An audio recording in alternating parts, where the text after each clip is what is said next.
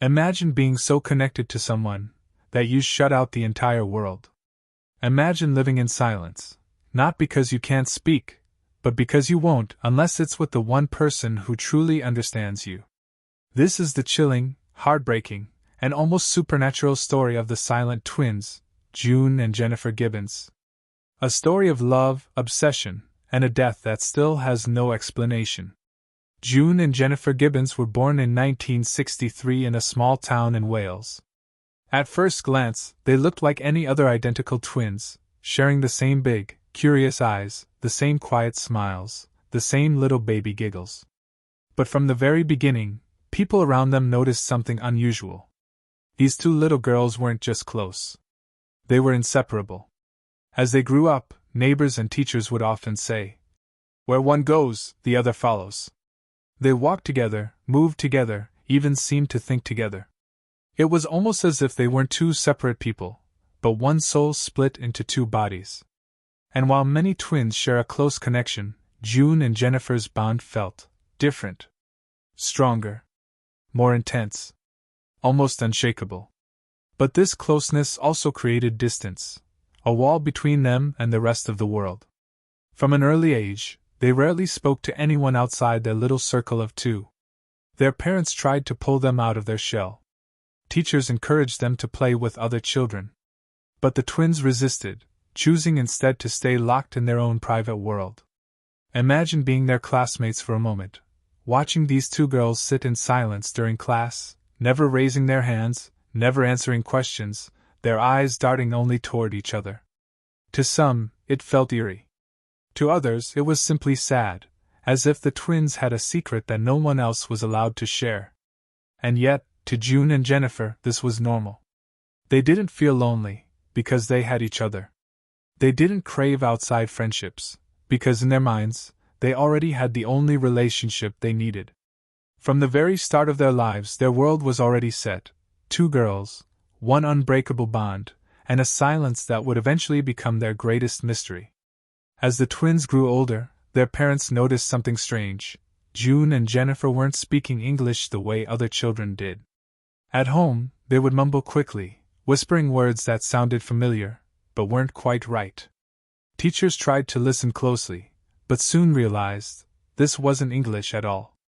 The sisters had invented a secret language, one that only they could understand.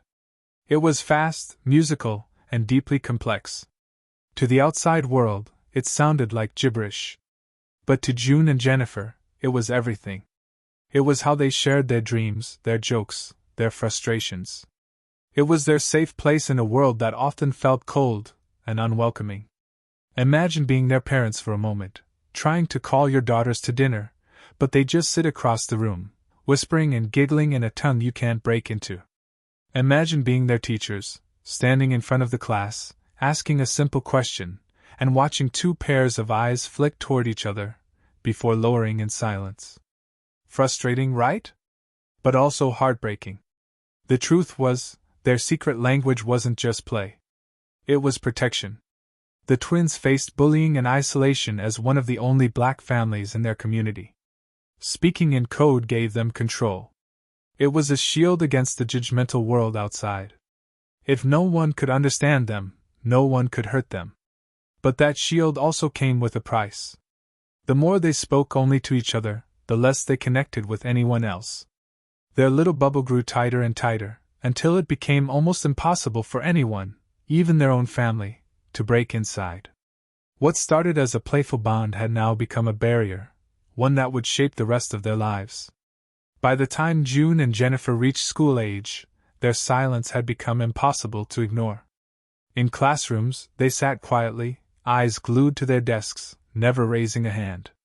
Teachers would call on them, hoping for even a whispered answer, but nothing came.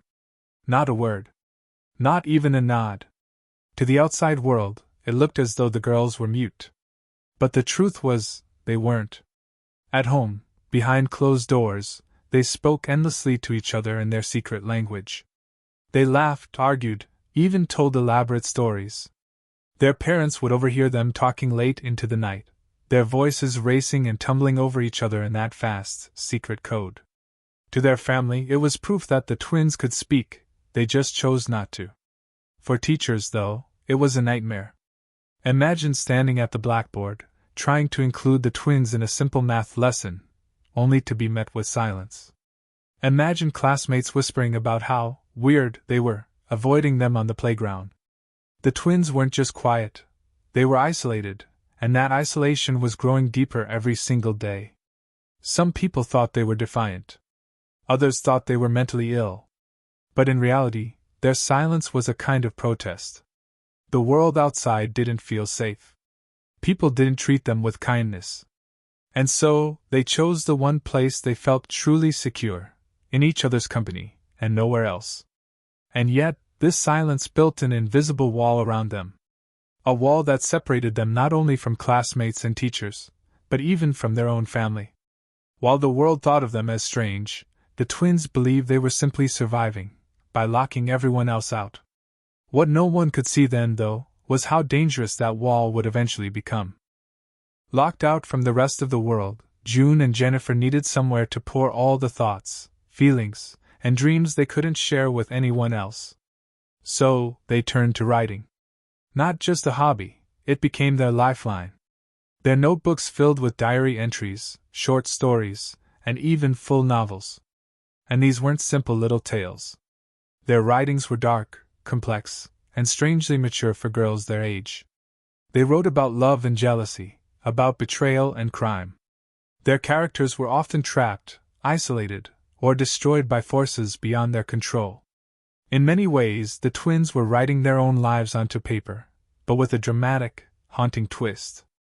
Their diaries, which were later discovered, revealed just how complicated their relationship had become. Some pages overflowed with love and devotion. Other pages dripped with anger, resentment, even hatred. One twin would write about wanting the other gone, only to confess the next day that she couldn't live without her. Their words revealed the frightening truth: their bond was powerful, but it was also toxic. Imagine being locked inside a room with your own reflection, day after day, year after year. At first, it feels safe, familiar. But after a while, every little movement, every little flaw, starts to feel unbearable. That's what their diaries showed, a love so strong it became suffocating. Through their writing, the twins built whole new worlds where they could escape. But at the same time, those words gave us a glimpse of just how fragile and conflicted their reality really was. Their imaginations were boundless, but their emotions were spiraling towards something much darker. By the time June and Jennifer were teenagers, their silence and isolation had taken a toll. They weren't just quiet girls anymore, they were restless, frustrated, and searching for a way to break free. But instead of reaching out to the world in healthy ways, they started slipping into dangerous behaviors. It began small. Shoplifting from local stores, sneaking out at night, testing the boundaries of rules they had always avoided. For the twins, these acts weren't just crimes. They were thrills, tiny rebellions against a world that had rejected them. Every stolen item, every broken rule, gave them a rush of freedom they didn't feel anywhere else. But like so many troubled paths, it escalated. Soon, their diaries revealed fantasies of destruction, and those fantasies turned into action. They began setting fires, arson, not for survival, but almost as an experiment. Watching flames rise into the night sky, they seemed fascinated by chaos. It was as though the outside world they had shut out for so long was finally feeling the intensity of their inner storm. For their parents and community, it was terrifying. These once quiet, mysterious girls were now labeled as dangerous. Their silence, once dismissed as strange, now looked sinister. And the authorities couldn't ignore it anymore. When the fires grew out of control, the law stepped in. The twins were arrested and sentenced, not to prison, but to Broadmoor, a high-security psychiatric hospital. A place infamous for housing some of Britain's most disturbed criminals. At just teenagers, June and Jennifer were now locked away, and their story was about to take an even darker turn. When June and Jennifer were sent to Broadmoor Hospital, it was a turning point in their lives. Broadmoor wasn't just any hospital, it was one of the most notorious psychiatric institutions in Britain. A place designed for people society deemed too dangerous to live freely. And now, two silent young women were trapped inside those walls. For more than a decade, this was their home. Long sterile hallways, heavy locked doors, guards watching their every move. Doctors tried everything: therapy, medication, endless tests, but nothing seemed to reach the twins. They still spoke only to each other, still locked the rest of the world out. To the staff, it was like treating ghosts. And yet, inside their private bubble, the twins' bond was as intense as ever, maybe too intense. Their diaries from Broadmoor revealed daily struggles with jealousy, with control, with anger toward one another. They loved each other desperately, but sometimes that love felt like a cage. One day they'd write about wanting to be free together. The next, they'd confess wanting the other gone forever. Imagine the tension, being confined in a hospital built for criminals, with your only true companion being the same person who also feels like your biggest rival. Their silence wasn't just mysterious anymore. It was suffocating. Even the doctors admitted they didn't know what to do. Year after year passed, and the twins remained behind locked doors, their lives wasting away in a place they never truly belonged. And yet, within that confinement, something was building, a belief that their story could only end one way. After years inside Broadmoor, June and Jennifer began to believe something terrifying: they couldn't go on living together. Their bond, once their only comfort, had turned into a prison. In their diaries, they wrote about how one twin's existence seemed to drain the other, as if they couldn't both survive in the same world. It was during therapy sessions that Jennifer started to voice this chilling belief. She said plainly that one of them had to die, so the other could truly live. Not both. Not together. Just one. Imagine hearing that as a doctor, realizing these young women weren't just struggling with mental illness, but with a shared belief in their own destiny. The twins had always seen themselves as two halves of one whole. But now, that connection felt fatal. If one survived, the other must fall. It wasn't a threat, and it wasn't anger, it was resignation. As if they had accepted a fate no one else could understand. To outsiders, it sounded impossible. How could one sister calmly accept her own death? But for June and Jennifer, it made sense. They were tired of Broadmoor. Tired of the silence. Tired of the suffocating bond they couldn't escape. And so, the pact was made: one of them would go, so the other could finally be free.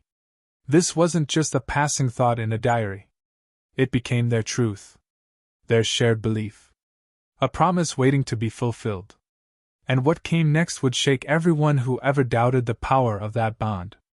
In 1993, after more than a decade inside Broadmoor, the twins finally received news they had been waiting for. They were being transferred to a lower security hospital. To June and Jennifer, it felt like freedom at last.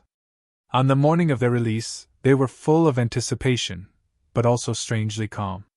During the car ride to the new facility, Jennifer turned to June and whispered something that would haunt her forever. "At long last, we're free." June later recalled those words with a mix of relief and dread. Because just hours later, Jennifer suddenly slumped forward in the seat, her body going limp. Doctors rushed to help, but it was too late. Jennifer was dead.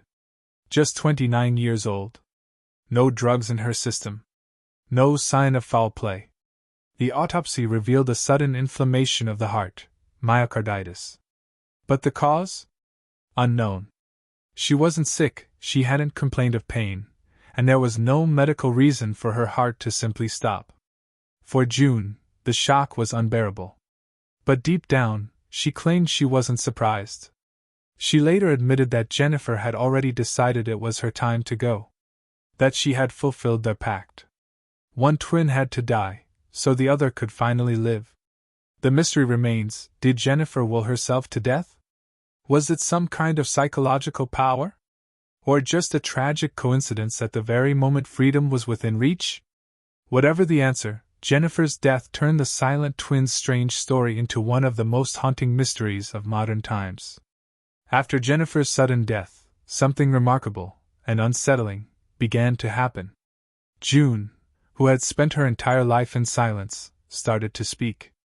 Not just a few words, but full conversations. She began talking to doctors, nurses, even strangers, as if a wall had suddenly crumbled inside her. For years, everyone believed the twins were inseparable, that one couldn't survive without the other. But now June seemed lighter, freer. It was as if Jennifer's death had unlocked something inside her. She laughed more. She shared stories. She started to build relationships she had never dared to before.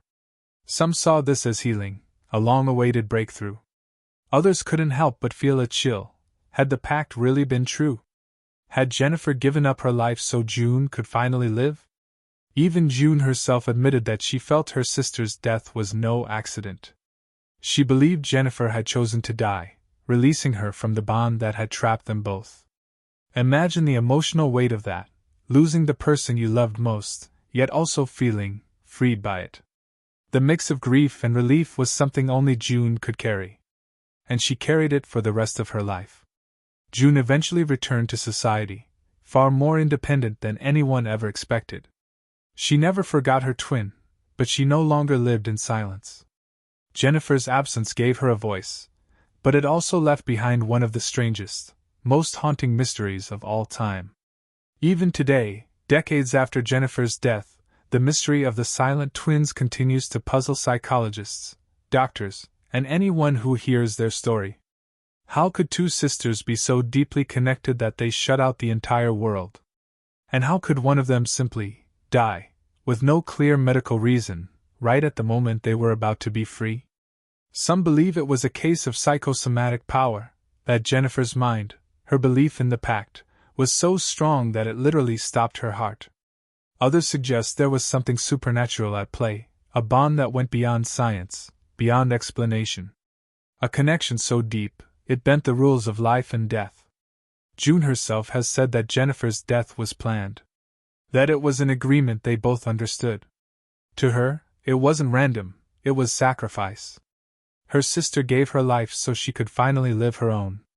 It's a belief that adds an eerie, almost mythical weight to the story. But no matter how you explain it, the truth is haunting. The twins' silence, their secret language, their pact, all of it leaves behind more questions than answers. Were they victims of mental illness? Were they misunderstood geniuses? Or were they simply two souls tied together in a way the rest of us will never understand? In the end, the silent twin mystery is more than just a strange story. It's a reminder of how powerful human connection can be. Sometimes, that connection gives us life. Other times, it can take it away. Some say Jennifer sacrificed herself so June could live. Others believe it was fate. But the question remains, how far can a bond between two people really go, and can it ever go too far?